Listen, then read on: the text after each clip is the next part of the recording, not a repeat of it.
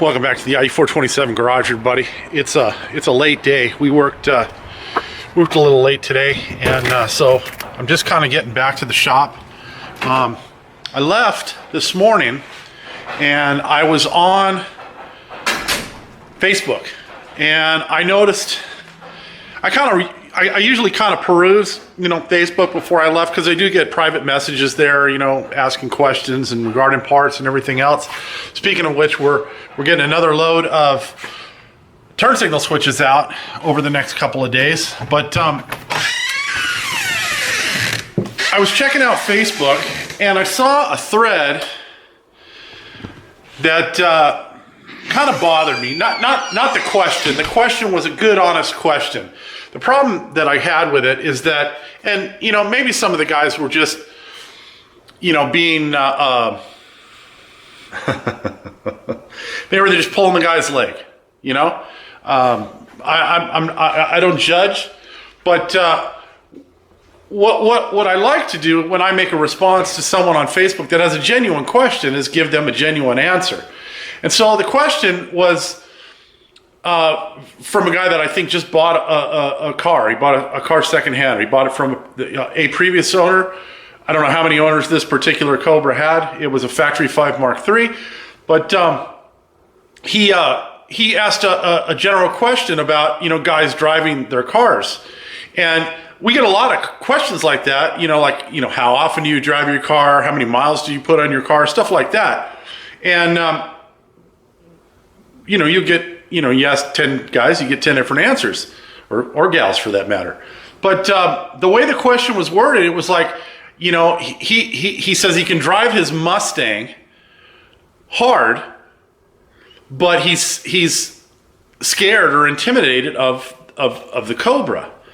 And like I said, from some of the responses that were there, I just got a bad taste in my mouth. Now, there were a couple of really good responses. And I've gone back later in the day. I went back and looked at the thread, and there's a couple of pretty much the same kind of spot on answer to it. But the first one to answer the question that I saw this morning was Eric Trevis. And Eric Trevis told the guy, hey, if you want to know this car and you want to drive it hard, take it to a track event or take it to an autocross event and learn your car.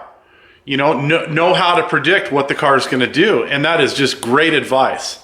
But I think what I'm going to do is I'm going to get Jeff Kleiner, because he right after Eric, he kind of went into detail, just like Eric did, and said, hey, Eric's giving you good advice. This is what you need to do. Learn your car, take it to a track event, and learn how to drive the car.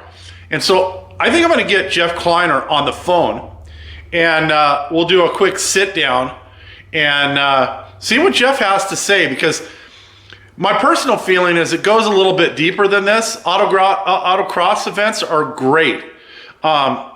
It will teach you the limits of your car, because honestly, you can push your car harder on the track than you can in a street environment, because there's plenty of space to run off if you go off track. And if you spin, you're just going to hit a cone or two, where if you do that on the street, not only can you wreck your car, but you can injure yourself and others. So, I'm a proponent of going to the track, learning your car.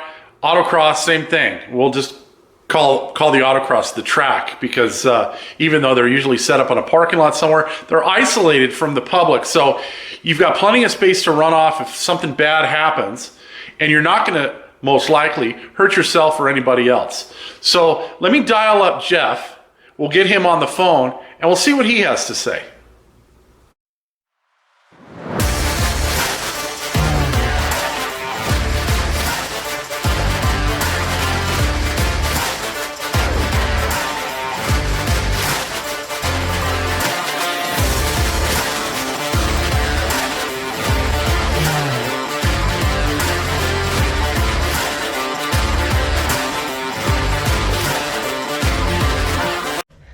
All right, so there was a thread or a post on one of the Facebook pages that you and I are both on Facebook, and the gist of the question was something to the effect of, why can I drive my Mustang really hard and fast, but I think the guy said what I'm scared of the Cobra, which he happens to have. I think the guy bought like a Mark III Roadster, a Factory 5 Mark III Roadster, and I saw two people on that thread that kind of answered it in a manner that best kind of described it. And one of those was, of course, you, Jeff, and the other was Eric Trevis.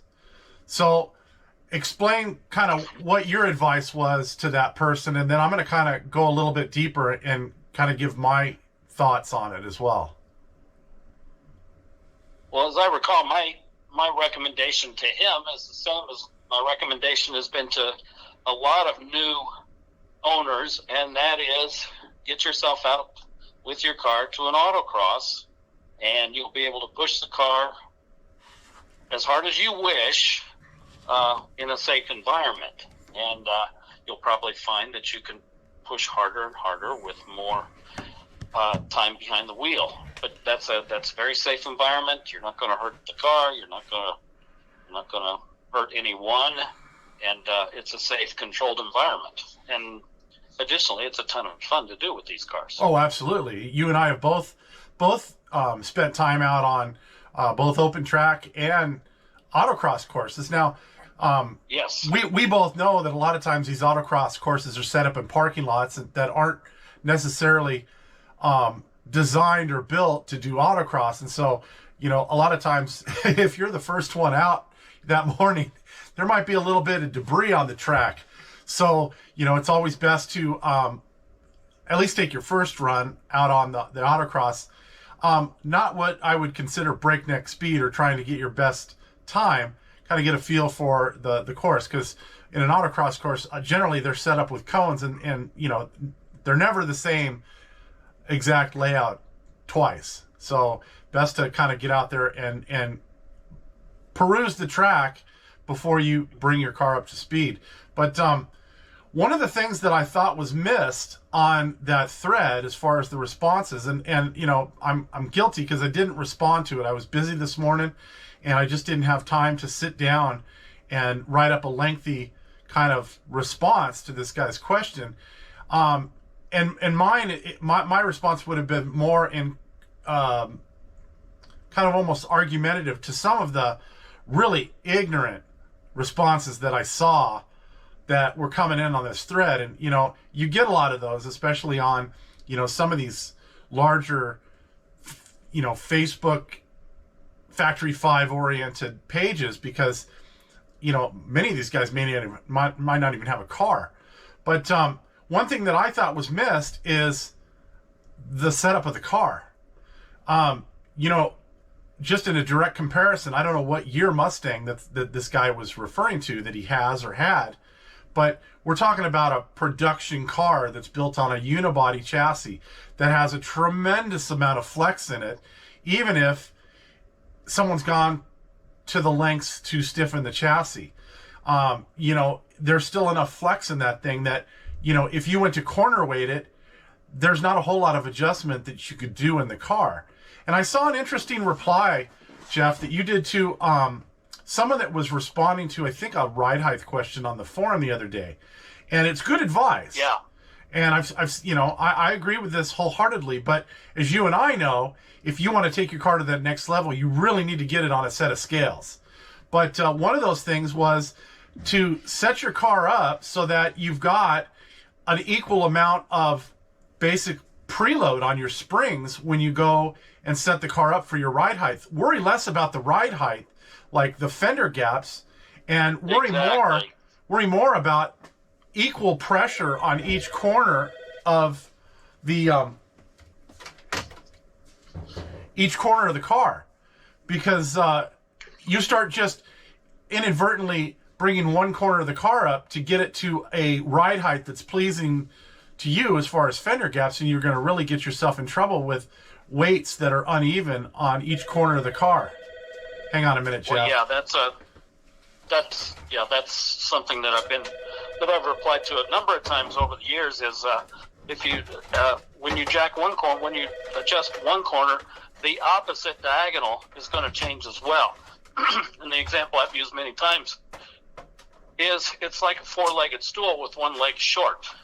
You're going to get the car teeter-tottering on its diagonals. Right. If you get, if you try to bring, then you get the corners fighting with one another. So and then I think I recall the thread that you're talking about, and the guy was his primary concern was getting the wheels in the wheel well to all look the same, and I replied to him, you're going to have to either be concerned with aesthetics or performance, because you're not going to get both. Yeah, and then because these cars are not symmetrical side to side. Absolutely, and you can't look at both sides of the car at the same time anyway. Right, but yeah.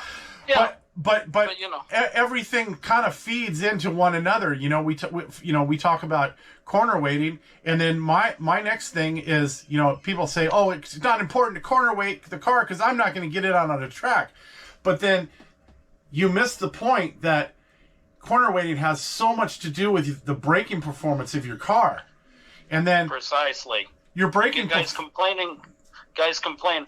I've got a brake problem because my right front locks up. Well, maybe you don't have a brake problem. You may have the car all jacked up. Exactly. And that's why your right front locks up, because your right front is light. That's exactly right. And then the brake issues turn into other things.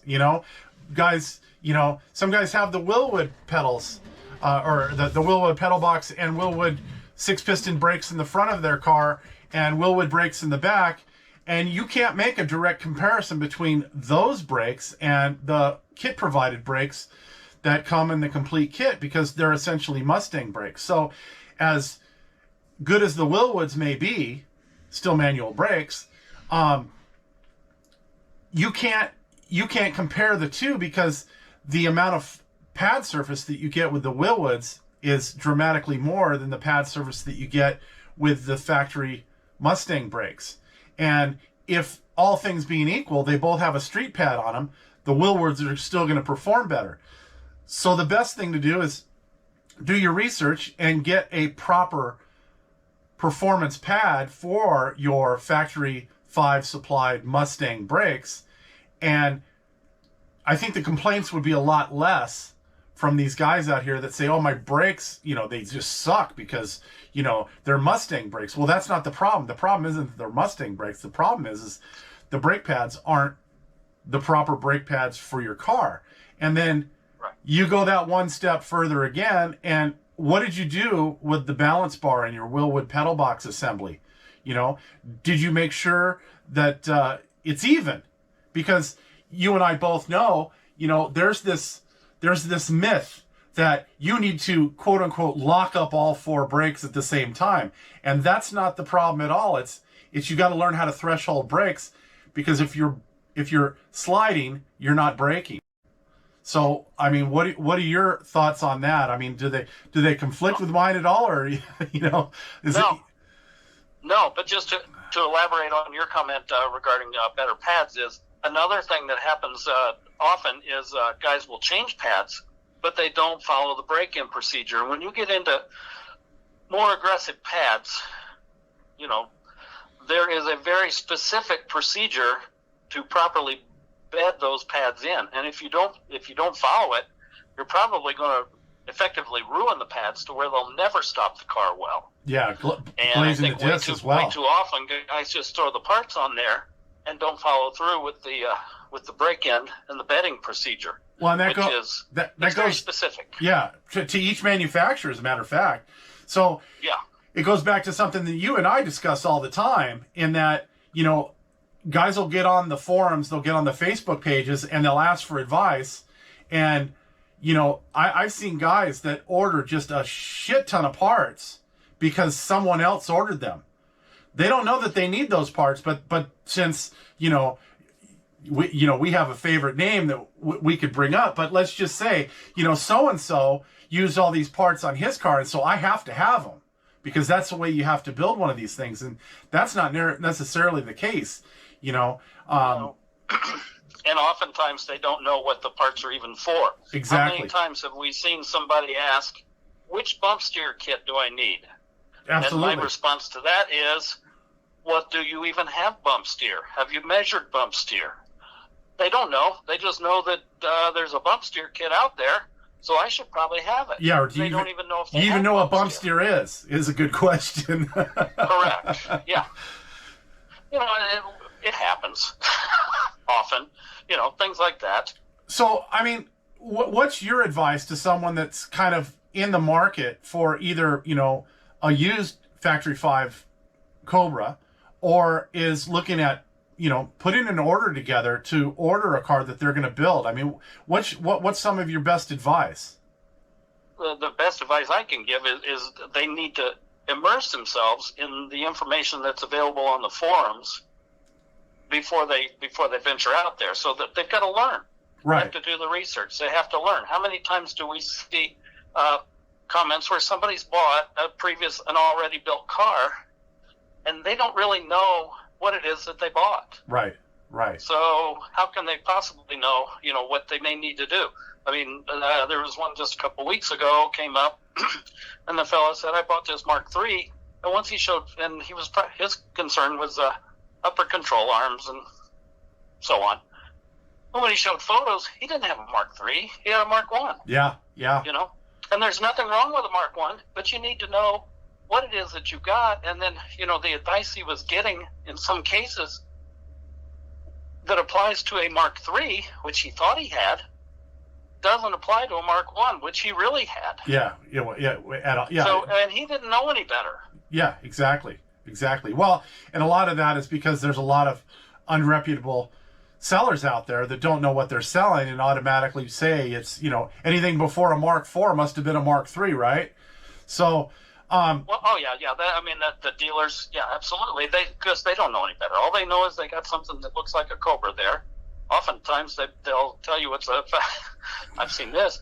They'll tell the potential buyer, this is a Factory 5, and it's not. Yes. It'll be a Shell Valley. Yes. Or it'll be a Street Beast or something. Right. But I had a conversation with a fella at an auction one time several years ago, one of the big auctions many years ago, and he was selling a car on the not through the block, but on their show field, right, where dealers can come in, and he had it marketed as a Factory 5. And I'm looking at the car, and I said to him, I said, just so you know, this is not a Factory 5 car. And his reply was, I don't care what it is, but people know Factory 5, so that's what I'm putting on it. Right. Okay. Well, that kind of reputable deception kind of sends me into this shameless plug as far as Facebook groups and pages go, because I think a lot of the groups out there are more concerned about the number of members they have, because we all know in this age of social media, it's all about your exposure. And, I'm guilty of that too. I mean, I'd like to see my videos, get as many views as possible. But the bottom line is if the content sucks and it's deceiving or untruthful, what's the point? So one thing that we have on the Factory 5 family Facebook group is we have group experts. So, just going down the line, some of the group experts we have, myself as a for instance, we have Jeff Kleiner on there, who I'm speaking with on the phone. We've got Mike Everson. We've got we've got Ron Everett. We've got Mike Henry, Forte. Some of the others. Henry Renault. We've got all of these guys that are not only experts when it comes to Factory 5 vehicles, but that are in most cases preferred builders.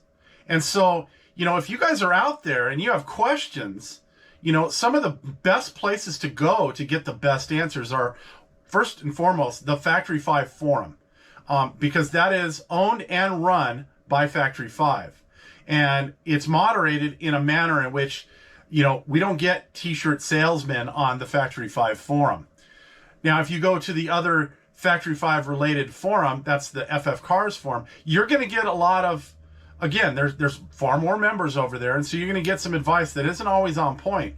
But as far as the Facebook pages go, and I'll put a link down in the video, go to the Factory 5 family. You know, it's a family-oriented site, and Jeff is there to answer questions. But we don't get the traffic that some of the other pages get, just because we don't let just anybody in. You have to have an interest or a passion for Factory 5 vehicles, and you have to answer a number of questions just to be a member over there. So, you know, if you want good sound advice, that's where you're going to have to go. So I think with the things that we've talked about, Jeff, you know, one, getting your car set up properly, having someone that's competent and knows what they're talking about, either help you set your car up or set it up for you. And two, go to some of these driver training or autocross events so that you can better know your car and learn its limits. Anything else? No, to go back to the autocross thing, you know, the thing is, you're gonna get to drive your car harder on an autocross course than, I won't say you will on the street, but I will say then you should be driving it on the street. You know, and you're going to be in an environment where autocross is, you know, you're trying to see what your car does at the limit, and sometimes the way to find what your car does at the limit is to go past the limit. Right. I mean, I can't tell you how many times I've gone around backwards, and you know, hey, here we go, smoke show. You know, it's a safe environment. You know what? I don't want to do that. You can't do that on a twisty back road. You know, you're going to wind up in a ditch or in a tree. I was going to end it here, but you know what? I think you know, you just kind of gave us a good point. And there's been another couple of threads on the forum about tires lately, and my feeling has always been, start with street tires, learn the limits of your street tires on an autocross course before you dive in and spend a bunch of money on expensive, you know, grippy tires, because, you know, my feeling is that you'll quickly learn with street tires how that car is going to react at its limit with street tires.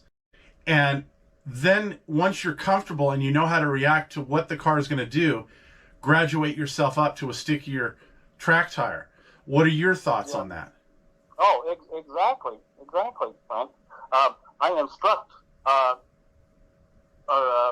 SCCA region autocross schools. I have for many years. And one thing that we tell the guys is, you know, just what you said. Go ahead and run with the street tires and so forth.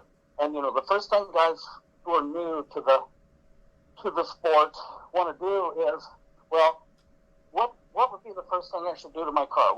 You know, they want to start throwing parts at the car. And they always tell them, leave your car alone. Work on you. Yeah. For at least a year, at least a season. Yeah. Before you start doing anything to the car. And don't try to prop yourself up with tires, because that's not going to teach you anything. Right. You've got to work on the driver. And that, you know, so we go back to where we began this fella who felt like he wasn't comfortable pushing the car. It's because he needs to work on the driver. Right. Right. You can quickly learn, run out of talent before you run out of performance on the vehicle. Oh yeah, I mean, these cars have a lot of potential when they're set up properly. Yes. They got a ton of potential. Now, I won't sugarcoat it. When you get these cars running hard, you're on a knife edge. Okay? That's why it takes a lot of skill to run them on that edge. But that's kind of where the challenge is, and that's where the fun is. But you're in an environment where that's okay. Yep. You go over that edge, you're going to spin around, you're going to make smoke. Going to knock down some cones, and the course workers are still going to enjoy watching you do it, even if they got to set up 20 cones that you took out. Yes. I've done it before. Been there. Usually, if I know I'm going around and I can't bring it back, I'll just go ahead and put the pedal down and make a smoke show with a couple donuts. You know, have at it. The course workers come back later and they go, "That was great." So, all right. Well, Jeff, I appreciate your time. I just, I wasn't going to do a video this week, but I saw this thread, and I've been seeing a lot of these lately, and it's nice because I think we're getting a whole new generation of Factory 5, Cobra, or just Factory 5 owners in general. But there was a time where there was this like core group of us, and we're still there.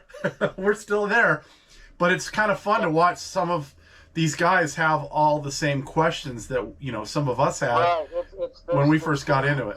Actually, this is a conversation I just had Friday evening with Dave Smith, and that being that there's been like different ways. There's the really old guard, goes way back to the beginning, and then there's what they call the old guard, which are the guys that are like 3 or 4 or 5 years after the company formed. And then there's been different ways, but there's another influx coming along now, right, of new builders. They've had ton of sales in the last 2 years. So these are new guys who don't have the history. They don't know the history like some of us have been around for forever, and they're still learning it. Yes.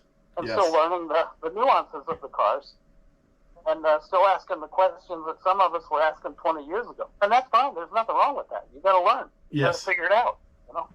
But it's like there's peaks. It ebbs and flows.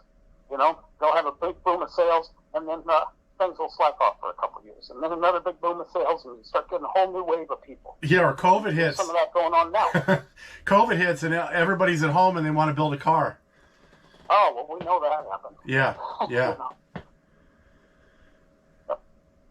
Okay, well, thank you, my friend. I appreciate. All right, buddy. Yeah. All right. I want to thank Jeff for his time. And I apologize, you guys. Mrs. IE420, we're running a business here, and that's her office. I just wanted a nice, quiet place to do the call with Jeff, and work has to go on. So when we first got home, I don't know why anybody's calling after 5 o'clock, but hey, the phone started ringing. God bless her heart. She went in there, she unplugged the phone so we could get the rest of the interview done. But then she had to run to the bank too, and so she needed some stuff out of the office, and she got that taken care of. And she's back here. We're just about ready to sit down for some late dinner. But I wanted to go over a couple of things with everybody while I got you here, and I've been plugging along on the prototyping of the Type 65 Coupe turn signal. So over the weekend, I had one of the Gen 2 Coupe owners up here because I've had him kind of prototyping a Gen 2 Coupe. And so he brought back his template, and we fussed around with that. I made him a new template, basically out of a piece of wood rather than the foam that he was using, because it just doesn't compress as much. And so let me show you what we got. So basically what we're doing is we're making a angled spacer similar to the one that we have on the Mark IV. But as you can see, because the dash is at a different angle in the Coupe, we have to make it at a different angle. So you guys know the one on the Mark IV and the Mark III and before Roadsters are all at about 9 degrees. And you can't really tell that it's angled when you put the unit together because of the way the turn signal switch kind of nests into our angled spacer. So, it looks like it's coming straight out of the dash, but it does not. It comes out of the dash, the steering shaft does it at about a 9-degree angle, and it's a compound angle because it's not only coming out kind of sideways, but it's coming out in kind of in a downward angle too, because the dash on the Mark IV and earlier Roadsters is at an angle itself. And so it's clocked in a manner so that the 9 degrees just makes up and allows that spacer to go flat against the dash. So I was working on this with Wayne. Wayne brought up his template, and we're trying to see if we can come to a happy medium that both the Gen 2, Gen 1, and the Gen 3 Coupe will all use the same spacer or the angled adapter. But if all else fails, we'll just have to have a separate adapter for the Gen 2 and Gen 1 Coupe, which isn't the end of the world because I don't think there's going to be that many of them that we'll do. The few that are still out there, if we have to, make one at a time for that, that's okay. But we really like to have something going forward for the Gen 3 Coupe so that those of you out there, and I have a list, So if you're on the list, I haven't forgotten about you. We just haven't been able to have enough time to prototype this. So once I get this all ready to go and Wayne gives me his input and the template that I gave him back, we'll send those off to Dan, and Dan will get them machined in aluminum, and then they'll come back here. We'll test them to make sure they work, and then we'll hopefully go into production on those. So I'm hoping maybe by summer, maybe June, July, we'll have those available, but I can't promise you anything. And then I'm also going to test the prototype quick release that I had Dan machine up on this as well. And we're going to see how it fits into the turn signal, because even though Dan could fit it on the bench when he was making it, it's a little bit different when it goes into a car. So we want to make sure it goes in and it self-cancels and all that. And I think I may send that directly to the machinists that we're talking with or we're in talks with that are going to eventually take over the production of the hubs for us. But we'll see. I don't want to put the cart before the horse here. So that's where we're at on that. And then, like I said, I'm packing up parts and sending them out. The two shears that we bought are just coming in clutch right now. I was able to cut out a couple of, I don't know why the paper plate's in there. I was able to cut out a couple of our trunk access covers on the Beverly shear here, and quite honestly, it's just awesome. I do the straight cuts on the big shear out in the main shop. I bring it in here with a Beverly shear and I cut the round half moon sides, and it's just so quick. I can knock one of those out in 10 minutes, where one of them would take me 40 minutes at a time. And so for a piece like that I'm not making a whole lot of money on, it was a lot of labor. And so this is making it a lot easier. And I know there are going to be questions, and honestly, I understand. But I'm not ready to make an investment in like a plasma table or a laser table or one of those, because that's a big investment for the few parts that we make. Now, I could farm it out, but that's going to bring the price up too, because I still got to make a little bit of money on this. And so, hand cutting the ones that we're doing isn't a huge deal right now. So we're going to continue to do that for the short term. But the drop trunk boxes are so much easier to cut out. I mean, I've got the blanks here for a single drop trunk box here, and it's just 3 pieces. So we've got basically, the bottom section that gets two bends in it, and then we've got the driver's side panel, which gets a single brake in it, and then we've got the passenger panel, which gets 2 brakes in it, and then there's a couple notches in it, and of course we supply all of the pop rivets that you'll need in order to put it together and put it in your car. This does not come with instructions. If you have any problem installing these, just send me a quick email and I'll tell you exactly how it goes in. You can put this in, you can install this thing without pulling the fuel tank. It doesn't fall in place, but it can be done, and it's not hard. And we've done them that way a number of times. And that's one of the advantages of this, is that if you're in the process of doing like a renovation on your earlier car, and I can make those for a Mark III and before. They're a little bit different, but I can make them because the crossbars are in a little bit different orientation for those. But this is completely retrofittable into both the Mark IV and the earlier cars. So not bad at all to put in either one of them. If you're gonna like pull the body off to do some major repairs or major upgrades to your car, that's the time to do this, because you don't even have to pull the fuel tank out. Other than that, I think that's going to be about it.